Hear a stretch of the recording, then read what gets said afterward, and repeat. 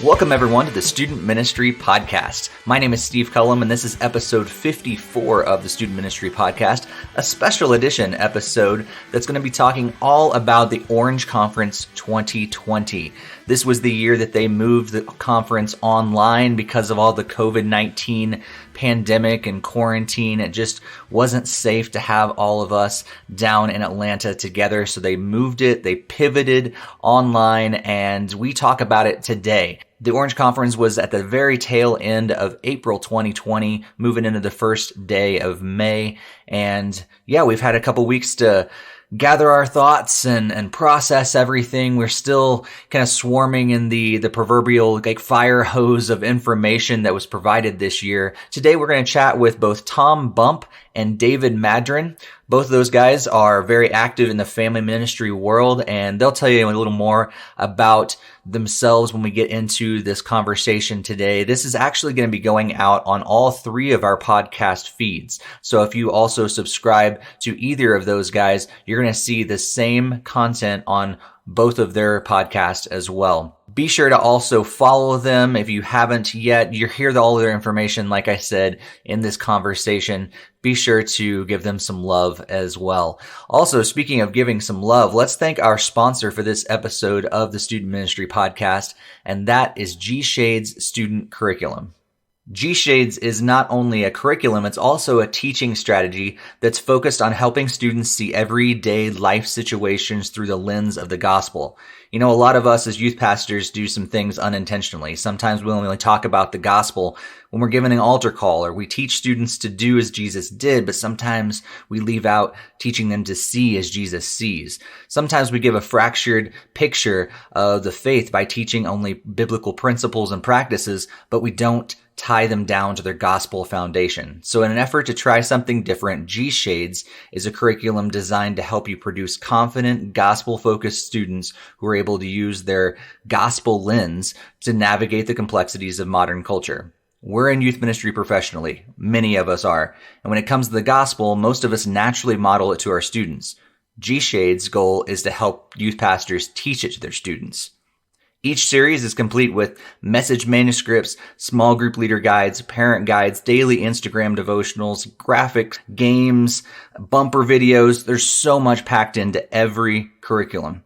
You can download a free week of G-Shades at gshades.org. And when you place an order, be sure to use the promo code STUMINPOD to receive 5% off your order. That's STUMINPOD,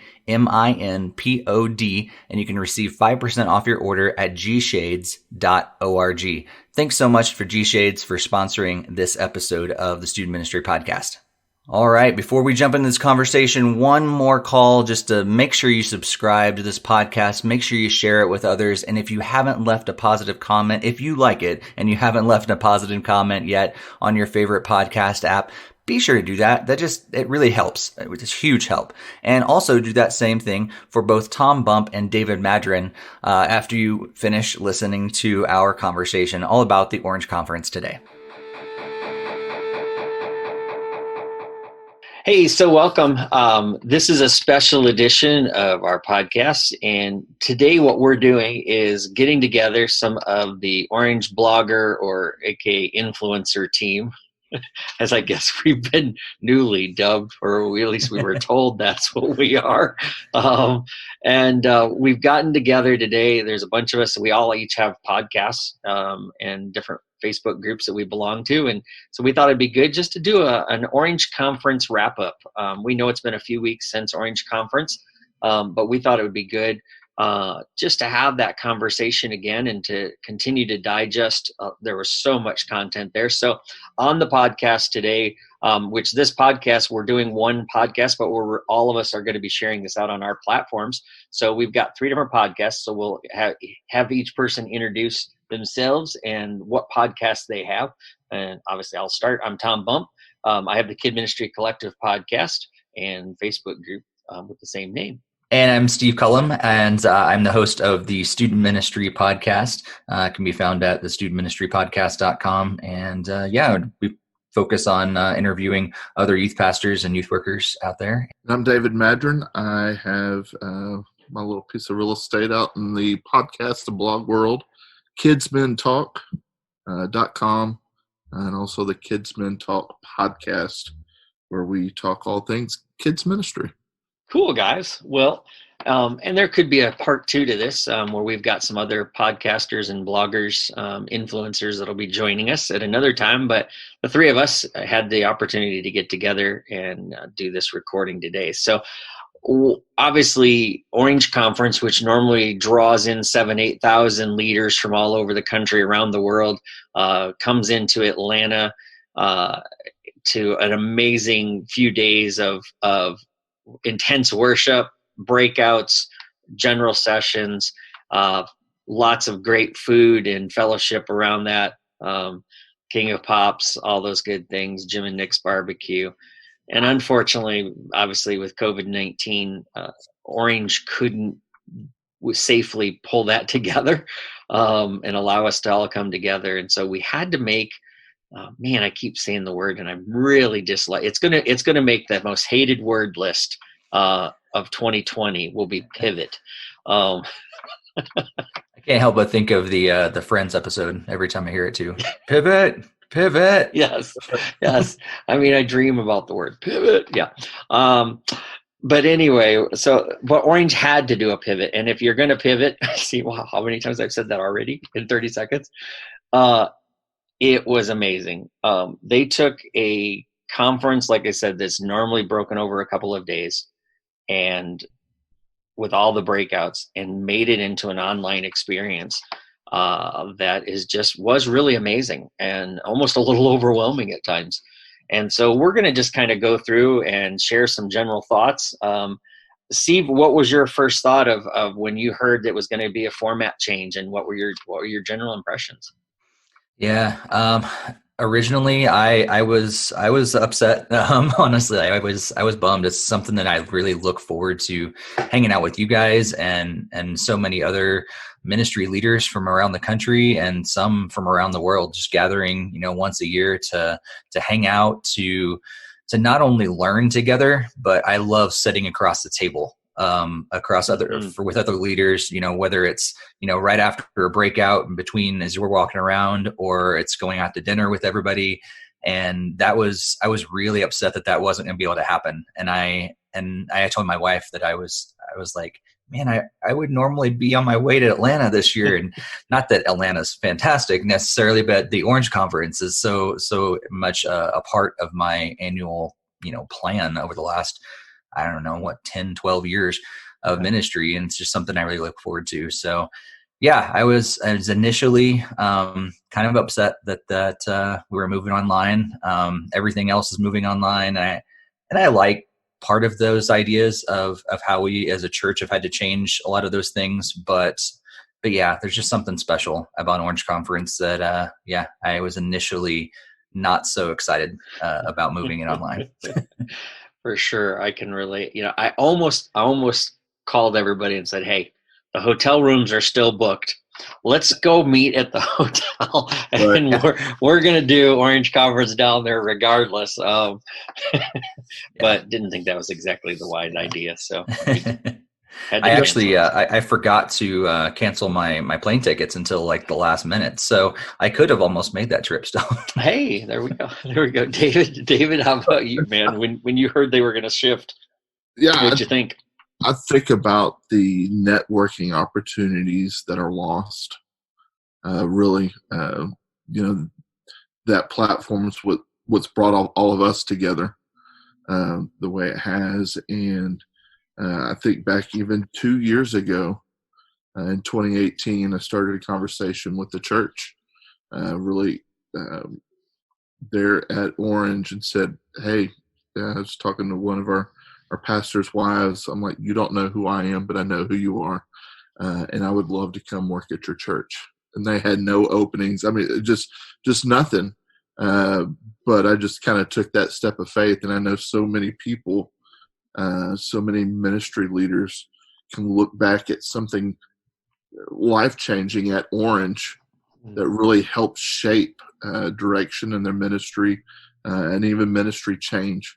And I guess it was about 4 months post Orange, back in 2018, got to have a conversation with the church I'm at now, and over 2 weeks, that conversation led to an offer and moving back home to the Dallas area.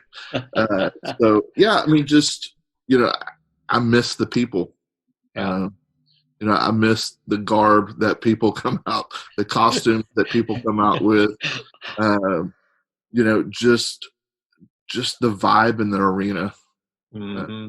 It's really watching John and Brandon, do their things, and then you've got Trip and Tyler and John Acuff and Kellen, and just all of these funny guys who just make it so personal, and so that was robbed from us. Yeah. And, we had a team of 18 from our church going, and last year that was a time for us to really kind of gel and bond outside of our own environments. And we had an incredible time. Still tell stories of Orange Conference 2019, and that just wasn't able to take that in the same capacity this year. Yeah.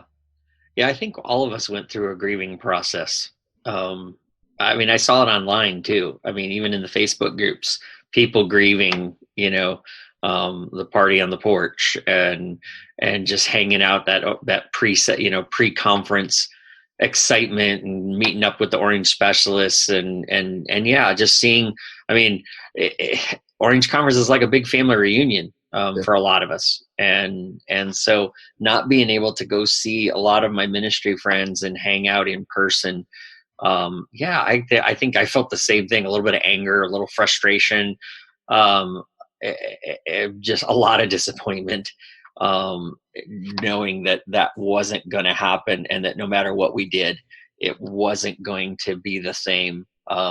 Yes, being grateful when I heard the announcement it was going to move online, being grateful that I would still get challenged and get some content for the year, because I look forward to that pick me up and that boost. Yeah, for me, I mean, even the year before, I was starting to look at a whole new ministry, stepping into a brand new, out of a normal a full-time church position into full-time coaching, and partnering with churches and helping ministry leaders. And it was terrifying. And I remember God showing so many signs of confirmation when I was at Orange Conference that I was doing the right thing and I was following in obedience. And so I was like a little scared even coming into this year's conference, going, am I going to have that experience or not? And so when they started and when they jumped online, what was your impressions of the whole opening and how they approached it? I'm just curious. David, we'll start with you first. Yeah, I thought they did a really awesome job, all things considered. And it's probably the closest thing to the actual in-person presentation that they could have done. And they, Reggie was just so intentional, even though they had to make the changes that they had to make, of still trying to create a similar experience online. Mm-hmm. So, I was upon that first main session, I was really kind of relieved and thought, okay, the next couple of days are going to go a little better than what my preconceived thoughts were going into it. Yeah, I think that's kind of similar to what I thought. I mean, I was, we've been doing church online for, the last few months and stuff, and I knew how that was going to go. And like, you know what? I don't know if it's like that for the conference. I'm like, I don't really know. But then as soon as it started, all of a sudden it was like, all that kind of, not everything, but a lot of those things that I was not so sure about, those apprehensive about, like all of a sudden started lifting. And I'm like, oh, okay, I can do this. And I think it's going to be good. And I think with every session, it really just, reinforced that thought. And I think before I knew it, I was, blowing through pages of notes and getting bombarded with all the information that I normally was. And then I feel like able to actually connect with more people this year than I ever did before, just because of the situation. I don't think it was a matter of quantity over quality. I do think that, because there's just something about that being in person, sitting across a table from someone, that it's a quality conversation. But I was able to actually connect with a quantity of a lot more people this year, just the nature of it. And I think that was really cool, and probably talked with a lot of people that I normally would have never gotten the opportunity to. And some conversations struck up over breakouts or whatever it was. So that was really cool to see some benefits from being online that we don't get when we're in person. So in some ways it actually showed me that there are pros to actually doing an online conference versus the in-person conference. Yeah. Tom, thoughts? Well, when I started looking at the way they started off, I mean, I love the fact that they kicked it off with John and Brandon. They brought them out front, and it was kind of like, oh, okay, this feels great.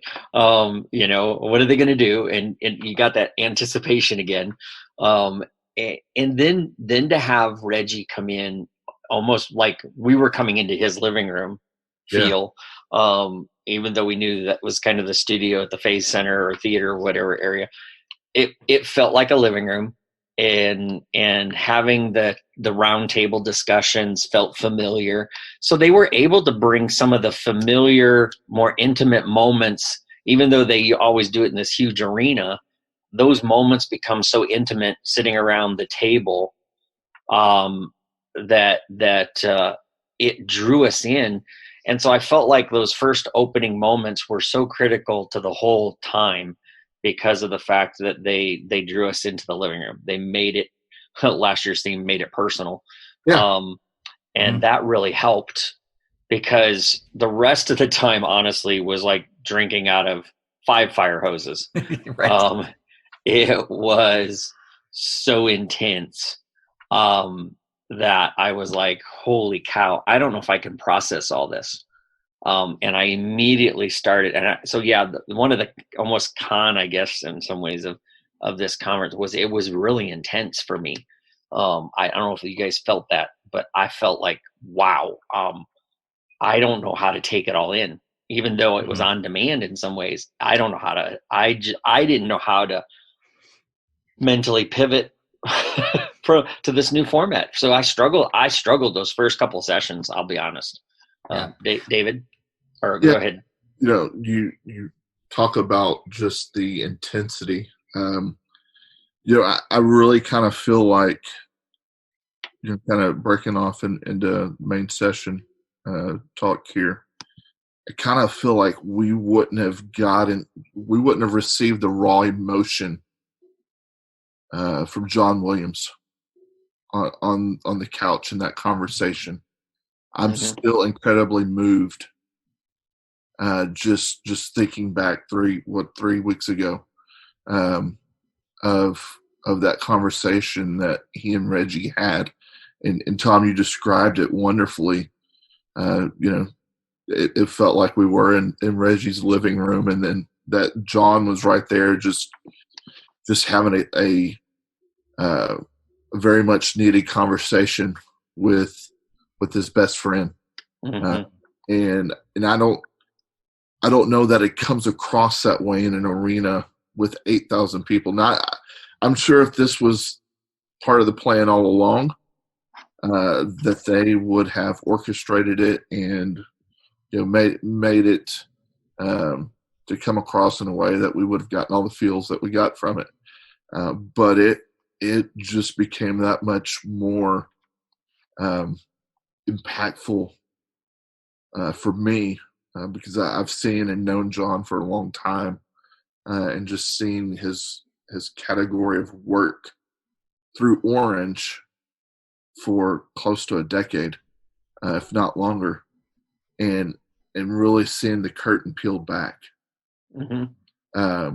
And I really I came away really feeling like mental health and ministry was one of the big platforms of the conference. And it was very timely considering where we're at right now. Yeah. And I think that's interesting that they did focus on that, because I think that was something that not in a huge way in terms of mental health, but in terms of mental preparation. I think that's one of the reasons why I think I struggled so much. I think, like you said, Tom, is like to be able to take everything in, because I don't know if I was mentally prepared to be at home experiencing all of this like I am when I go to the conference. Because I have that preparation time. I get there a day early. I'm like sitting in the spot where everybody else is, and this combined experience together, and I'm ready to take it all in. Granted, it's still like a fire hose, but I feel like at home, like I was still trying to keep ministry going, and I was having occasional meetings with staff, and I didn't fully pull myself out for those 3 days like I think I should have. And so that was even more difficult to take it all in. But I do really appreciate the ability just to step in. And I feel like this one above, I think more than any of the in-person conferences, really reflected Reggie, I think, as a leader. Like this had, I feel like, Reggie's fingerprints all over it. Just like, hey, let's sit down and talk. Let's be real. Let's be honest about the struggles, about the future of the church, what we're thinking. And they really were able to really dive into that together. And they just have a great way of, like, so many thoughts that I've been thinking and God's been like putting in my head. I'm trying to figure them all out, and they just articulate them so well. And that was cool just to hear them sit down and really wrestle with those things.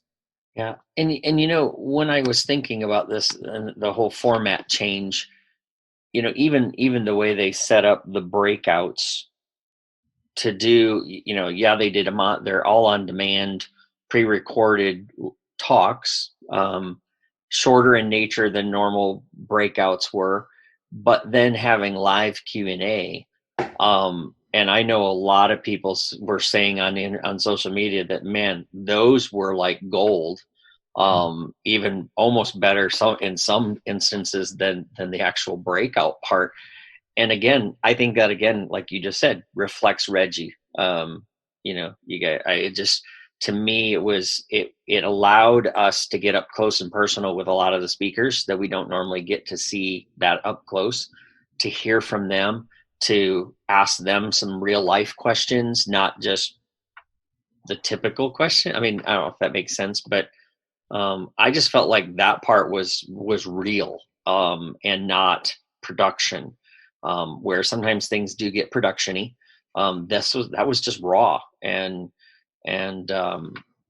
so I think the whole format overall, like I said, was a little intense. Would have been nice to have a few breaks scheduled in there just to let you decompress a little bit, because by day 2 I was chit-chatting with David off. We had a kind of a running chat going, and I was like, man, I'm having a hard time focusing right now. I'm just like, and I don't know if some of that was Zoom fatigue, but there was a struggle there of how do I process it. But like you said, some of it, I think, was because this is so real and so relevant to where we are right now, that it was so heart hitting. I mean, it really hit my heart to think about, wow, look at where we are.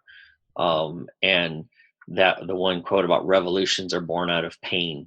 I think Ryan Leake said that. And I was thinking, yeah, you know, I mean, this, there's a lot of pain going on, and out of that pain, what's the revolution spiritually going to happen, coming out on the backside of this? And I think the potential is huge. So Well, let's turn the table a little bit and go start thinking about the theme of the conference and just the overall, kind of feel of the talks and what you thought. What were you guys' takeaways on that, the whole theme idea? Yeah, I think it's crazy that this was chosen like a year and a half ago. Like it's so incredibly relevant, and I think that's. I mean, you can kind of read into things if you want to, but I just think it's the Holy Spirit's guiding. I mean, I think the It's Personal theme last year or 2 years ago, or whatever it was, is so incredibly important as well for where we were at that time too. And so this one was just even more spot on than usual, given our circumstances. And I think I think the biggest thing that I took away from all this, I think was when Reggie actually asked like a question of like, how or will we love the families that are not a part of our church yet as much as we love the families that are a part of our church. And I think when he asked that question, it was just like, oh yeah, Reggie, just drop the mic, walk away. That's enough for us to really ponder, because I think that's the revolution that we really need to have. It's not just about the Sunday experience anymore, like, and it shouldn't probably have ever been, but like, how do we actually get past that? And I think my biggest thing to kind of jump ahead for me is that I hope and I pray that we as a whole church will allow the changes that need to happen to actually happen, instead of just going back to what was comfortable before. And I wonder how, if this whole pandemic and quarantine and everything needs to actually be extended a little bit for us to really experience that as a church and really learn what we really need to learn. Because if it's too short, we may bounce back and we may not fully take away what we need to take away. But to really like think about, how are we caring for those families that are not part of our church, can't be part of our church, choosing not to be a part of our church? How are we actually going to those people? And loving them just as much as those ones that come to our church all the time. So. Yeah. Just piggyback off that a little bit, so many of our churches and even ministries now went from building focused to now digital focused. I mean, we're all, as one of the memes that came out about a week or two after we all went digital, we're all televangelists now. Yeah. But we, I think the thing that really just kept digging at me is, in my community, there's so many people that we aren't engaging as a church face to face, that we've now since been able to engage digitally, because we were moved to a new age. Even though we've lived in the digital age for 10, 15 years, and it's progressed quite a bit over the last few years, we weren't making a lot of headway to really engage our neighbors. And now we, especially right after all of this first came out, church attendance, church viewership online was just skyrocketed, everywhere, from the smallest church to the largest church. And, now it's, as some churches are starting to feel their way back through and figuring out, okay, what does life look like online and in person, we would fail as a church. We just went back to thinking about, okay, how are we going to get people in our doors? And I'm not saying that's not important, because it is. But we've got a whole community of people that have now opened themselves up to us as the big church, that we really have to kind of massage those relationships and gain that trust if we ever expect them to meet us where we're at on a Sunday. So I'm curious for you guys, what was when you started hearing Reggie talking about the whole idea of change, and you guys both touched on it, how important it is for us as a church to consider what needs to change. I thought Reggie did a very eloquent job, and actually Kristen Ivy nailed a lot of points. I mean, she had a lot of mic drop moments in her talk. When she started off with that question, what do we do now? And it was a very, I mean, that it's a simple question, but it's not so simple. Because right now, a lot of churches are asking, what do we do right now? Do we reopen when the quarantine is lifted, stay-at-home orders are lifted? Do we not? What do we do? How do we change? I'm just curious, what are your thoughts on that, and what kind of questions were raised in your mind after hearing some of that, what this whole theme brought up? Yeah, I think I'm excited. I'm a change person. So to hear that talk, and hear that more people talking that way gets me excited. Because I think it's something that I feel like I've been thinking about for a long time, but hearing it from, people like, Reggie and Kristen and so many others that have that, that influence was great. I'm like, yes, this is awesome. How can I just pass this exact video on to everyone I know? But I think at the same time, I'm hesitant, I guess, because I know people and I know the church and I know how steeped in tradition we often are. And I immediately start, I guess, just as much as I am excited about it, the doubt starts creeping in, and I start wondering, okay, is this actually going to be able to happen? Can we actually move our focus from, everything on Sunday morning to what's happening throughout the week? Can we actually move our focus more to helping our community and serving other people that they can't come to church yet or whatever? And can we actually make that word you're talking about earlier, that pivot that needs to happen? And I think that's the big question that I'm wrestling with now is not necessarily personally, because I really am ready, and I think there's some apprehension in there too because of the unknown. But I'm mostly excited about what can happen. But I wonder if we as a whole, do we as the church have the courage to actually make those changes that need to happen, to step away from the comfortable, go into the uncomfortable, but know that the same power that rose Jesus from the dead is still alive in us and ready to walk through all that with us as we put him first and not our names anymore. Preach, preacher. Yeah.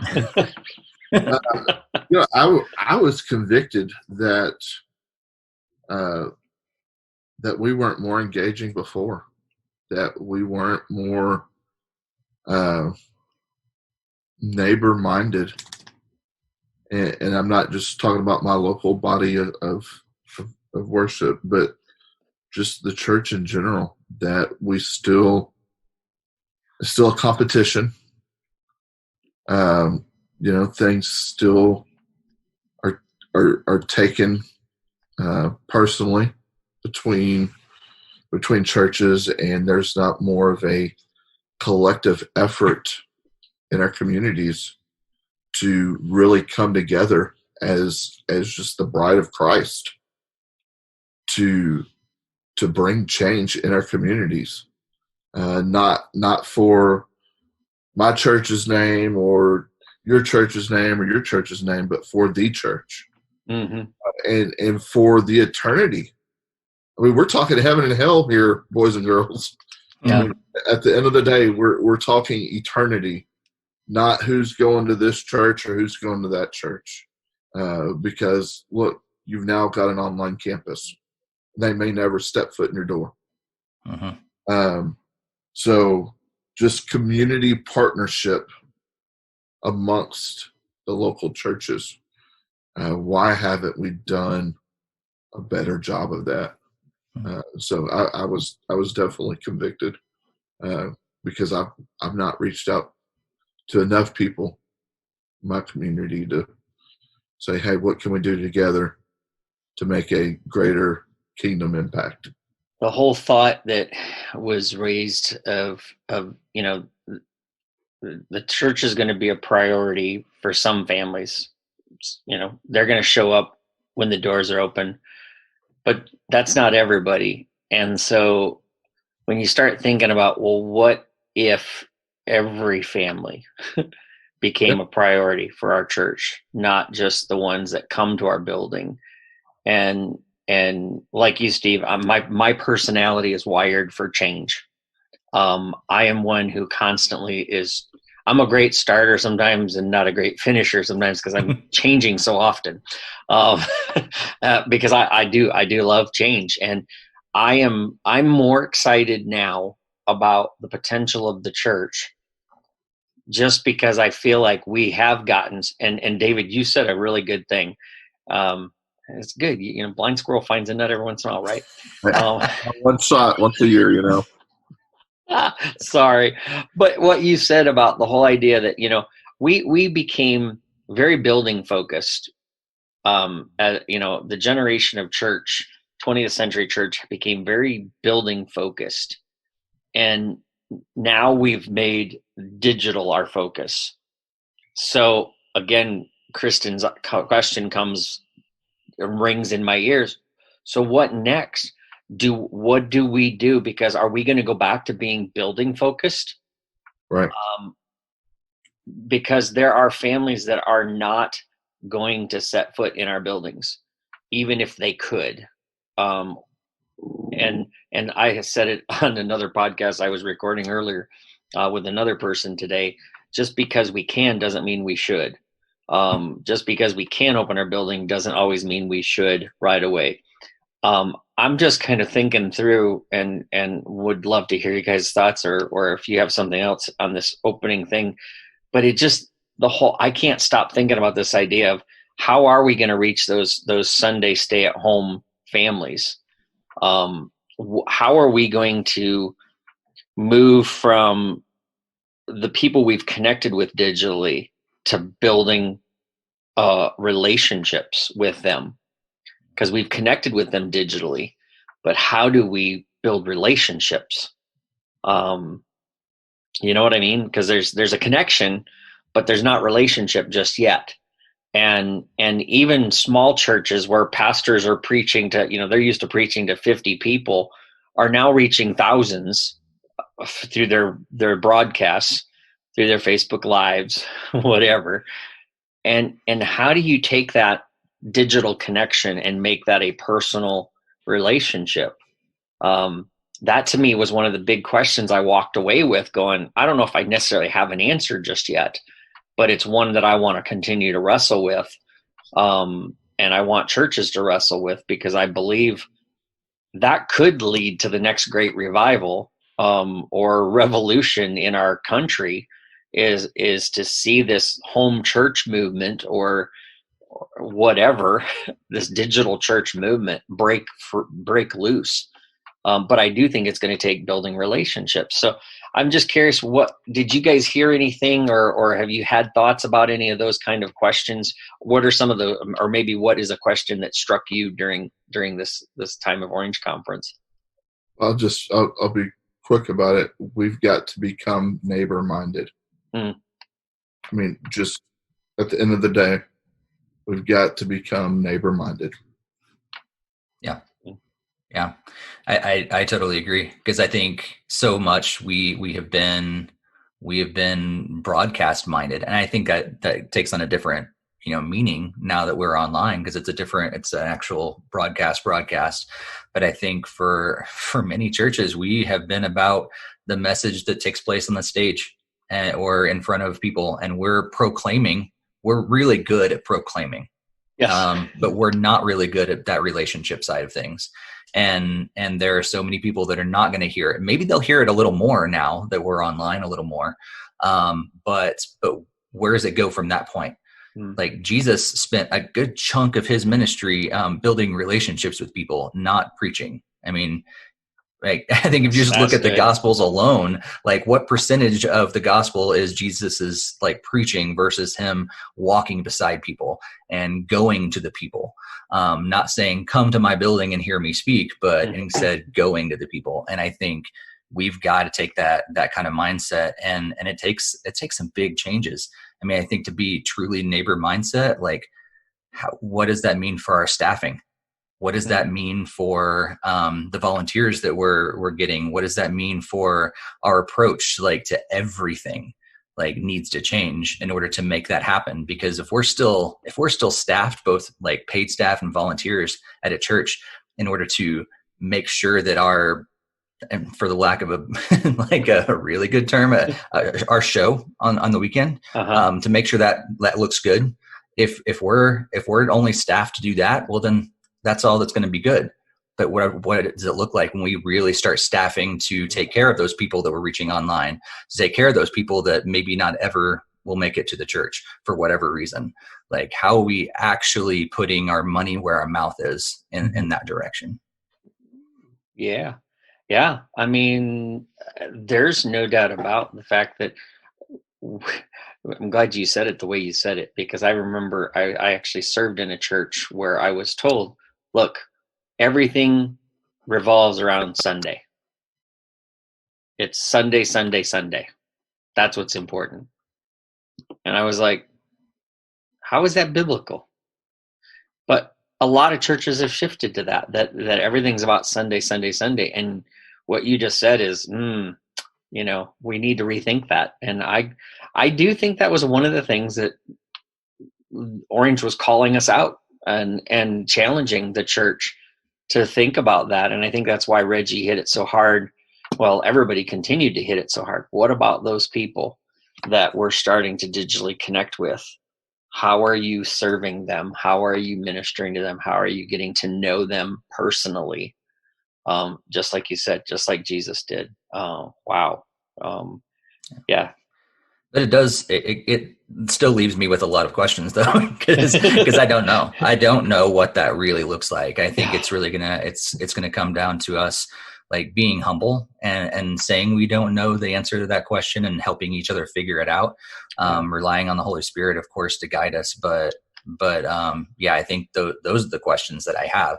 And I think that might be a little bit of a hindrance in us actually having the courage to take those steps, because I think for a lot of us, we want to know those answers before we step through and actually make those changes.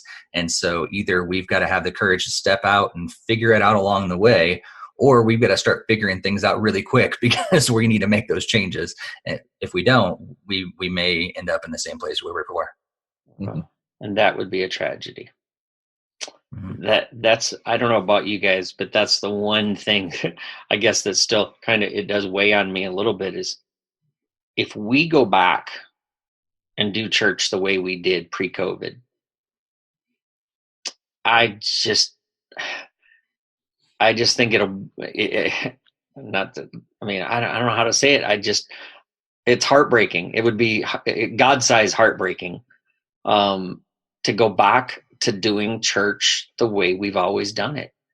I can't imagine that's what God wants out of one of the outcomes from this. I don't have all the answers to this, and I think that's okay. And I think leaders have got to be okay with the fact that we don't know. We just don't know, and be okay with that, and say, okay, God, I've got a new wineskin. I don't want the old stuff. I want new. So you fill this one. You show us how to do it. And if you're going to fail forward, but try something new and break out, and start asking God for a new dream and a new vision. I just think if we go backwards, if we go back to what we're comfortable with, I think we've got to go into where we're not comfortable. We got to start having conversations that we're not comfortable with. And like you said, staffing and the format of our services and the way our services meet, the way we program, and we've become very program driven, big event driven. Are those things worth the investment financially anymore? Especially in the new economy that will come out of this. because the economy is going to change. Communities are going to change. Schools are changing. The church can't. I just believe we can't go back pre-COVID, or we are going to be more irrelevant, and something else will step in our place. Yeah. And that will not be from the light side. That will be definitely from the dark side. Even though they don't win in the end, we know that. But all right. Well, let's move to kind of our final segment for this edition.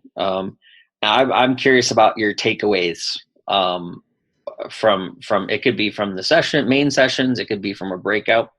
I'm just curious, what key takeaways did you come away with so far? Because I'm still processing, so I can't say I've taken a lot of takeaways, but I got a couple things.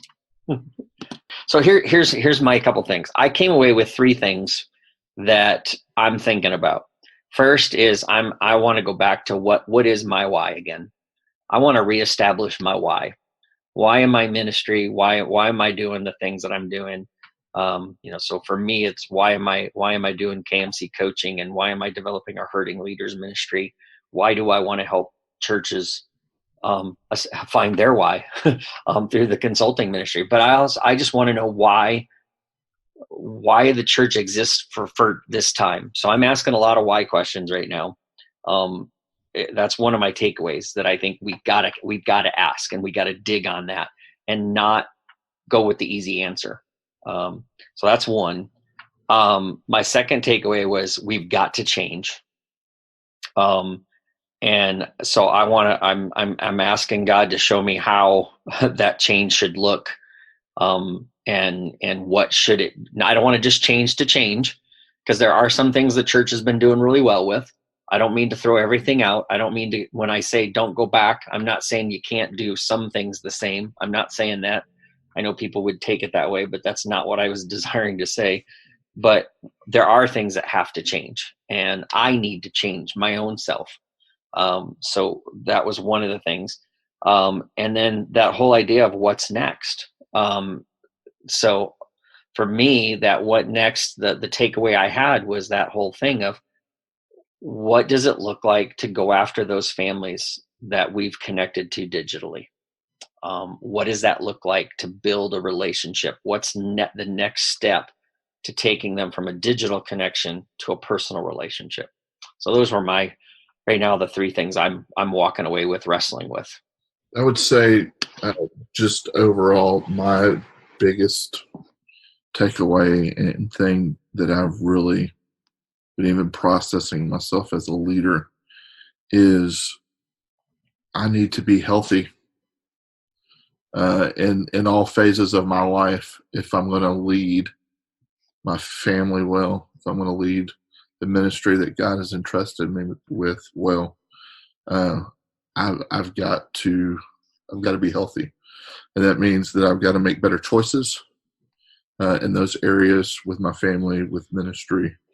But I've also got to surround myself with people that can help hold me accountable, and that I can trust, that I can go to when I have fallen, when I have messed up, when I've had an oops moment, to be able to go to those people and say, hey, here it is.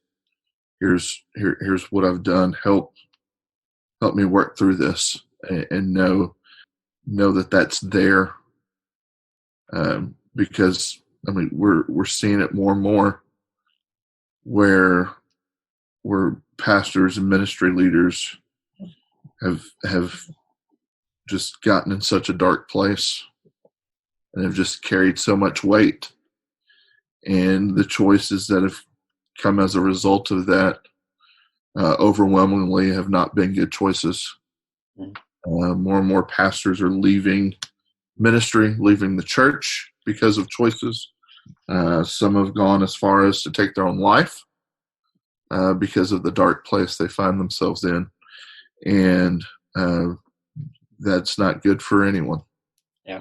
And so, I left OC 20 just encouraged in my spirit that hey, I want to see you through this, David. Just like I want to see thousands of others who will come to me and say, hey, I want you to be healthy, mentally, physically, emotionally, spiritually, sexually, in all of those areas. So that was definitely my big takeaway is just overall health. Yeah, I echoed the whole why thing, Tom. You talked about. I think that's huge. Why are we actually doing this? What's that God-given reason why, and why do we individually feel that? I think that's a huge question that I'm gonna be asking myself and of our ministry moving forward. And then I think, like they said, the how will continue to change over and over and over again. It has to change, but what's that why that really drives us? And so really focusing on that.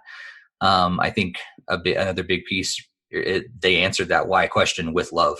And I think that's I'm going to start to look at everything that we do. Like, how can I approach every aspect of my life, every aspect of my ministry with the concentration of love? Not about anything else, but how do I actually love like Jesus called me to love? And then I think the third thing really comes down to both Reggie did a really good job of hitting this, and then I think Danielle Strickland did a really good job as well. Reggie closed out that thought was that we have the greatest opportunity to redefine ourselves, and that we actually have a role to play in this. We may be asking, like, what's this have to do with me? Why am I in ministry during this pivotal time? But God's placed us here for a reason. And what Danielle Strickland said, that like every revolution in history has an idea, that just the right time, a catalytic leader with a supportive community and a mechanism to start to spread the original message. And so like and I guess this is more just my takeaway is to really commit to fully praying for this. Like, okay, God, I've seen these things. I agree about them. What's my role? What do you want to do through me? How do I play a part in this giant puzzle piece that you're putting together right now? What's my piece, and how can I carry that out well to influence the people that you've given me to carry out whatever change you need to happen in the church and the community. That's some good stuff. Well, this has been fun, fellas. Good to catch up and kind of see where you are after Orange 20. And again, we've got to say thanks and give a huge shout out to Reggie and his whole team, and all the people behind the scenes that I can't even imagine what it took in just the few months that they had really to pivot and pull this together to make this conference happen, when they could have just pulled the plug and said, no, we're not even going to do it. See you in 2021. Yeah, there's no doubt they pulled it off, and they did a great job. And so we all say thank you to the Orange team for allowing us the opportunity to participate and to engage, to keep us sharp, to keep giving us another challenge for another year. I'm praying hard that God protects our country from another outbreak next spring, so that in 2021 we can get together for a bigger party. I have no doubt it will be sweeter, and there will be a lot more hugs, or at least virtual, arm air hugs. Whatever our culture is okay with at that point. Yeah. Air fist bumps, we'll orange masks. Yes, right. I'm sure there will be lots of orange masks. And everybody will come in those orange bodysuits. Yeah. I don't know. Lord have mercy. I would look like a giant orange. Somebody'd say, what fell off the tree? What mutant thing? Anyway, wow, way to wrap this up. We're editing that part out. Oh, just kidding. Anyway, hey, thanks for this. We pray that as you've listened to this, hopefully this has blessed you a little bit. If you didn't get a chance to go to Orange, we do hope that you'll think about joining us at Orange 2021. We would love to have you, but watch, we might be doing a part 2 of this as we gather more of the Orange blogging team together and dive in on more of the breakout sessions as we continue to digest those. We'd like to continue to help keep Orange in front of you to keep the discussion going. So feel free to reach out to any of us.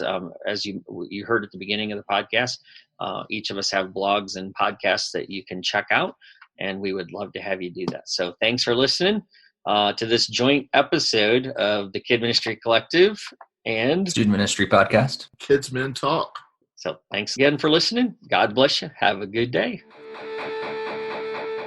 Well, thank you once again for tuning in to the Student Ministry Podcast, this special edition podcast. For those of you that have subscribed to the Student Ministry Podcast, you actually got 2 episodes this month, which it's a surprise, right? It's a special thing when we can actually put out more than 1 podcast episode a month. So I hope you enjoyed it. Let me know what you think. Be sure to contact me on social media and let me know what you think about special episodes like this when we cover conferences like we did with NYWC. We've done this with the Orange Conference, I think the last couple of years at least.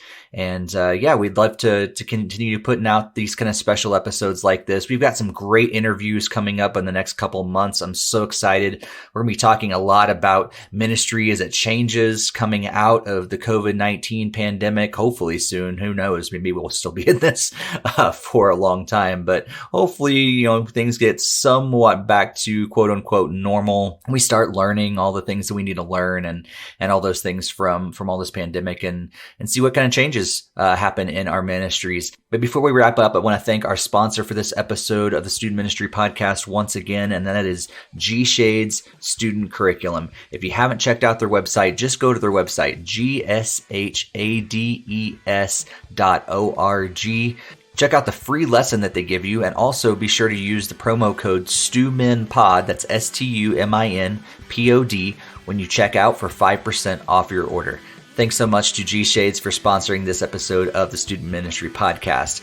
And that wraps up episode 54. We're going to be back in just a couple weeks with our next interview. But until then, may God bless your ministry.